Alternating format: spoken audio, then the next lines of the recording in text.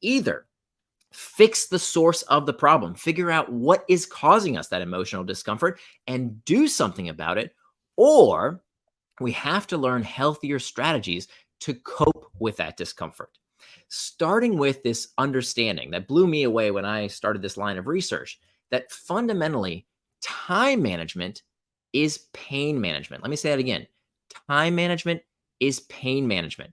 Procrastination and distraction is nothing more than an emotional control issue. And most of us, maybe all of us, we have not been taught how to deal with that emotional discomfort in a healthy way that leads us towards traction versus an unhealthy way that leads us towards distraction. Time management is pain management. So what do we do about this? Let me give you some very practical tips. We're not going to be able to go through everything in my book, Indistractable, but I want to give you a few very actionable techniques that you can use today to start mastering these internal triggers. The first thing you can do, psychologists tell us, is to note the sensation.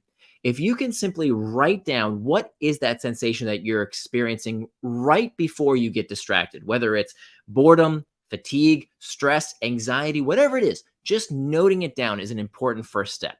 Then what you want to do is to get curious about that sensation, not contemptuous. You see, people tend to divide into two buckets when it comes to distraction.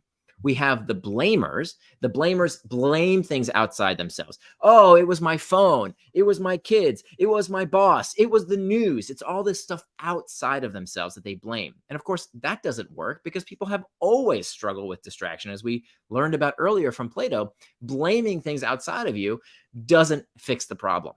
Then we have what's called the shamers. The shamers don't blame others. They shame themselves. They say silly things like, oh, I'm no good at time management. I have a short attention span. There must be something broken about me. Silly. It's not true. And in fact, we know that shame is a very uncomfortable internal trigger. And the more you feel shame, guess what? You're more likely to experience that discomfort, which leads to more distraction. So we don't want to be a blamer. We don't want to be a shamer. We want to be what's called a claimer.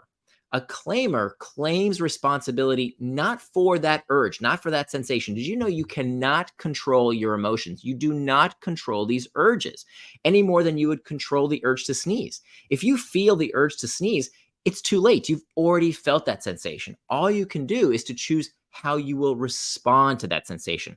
Are you going to sneeze all over everyone and get them sick? Or are you going to do the responsible thing and take out a tissue and cover your nose? So it's not about changing that sensation, changing that urge. It's about deciding how we will respond to that sensation, hence the term responsibility.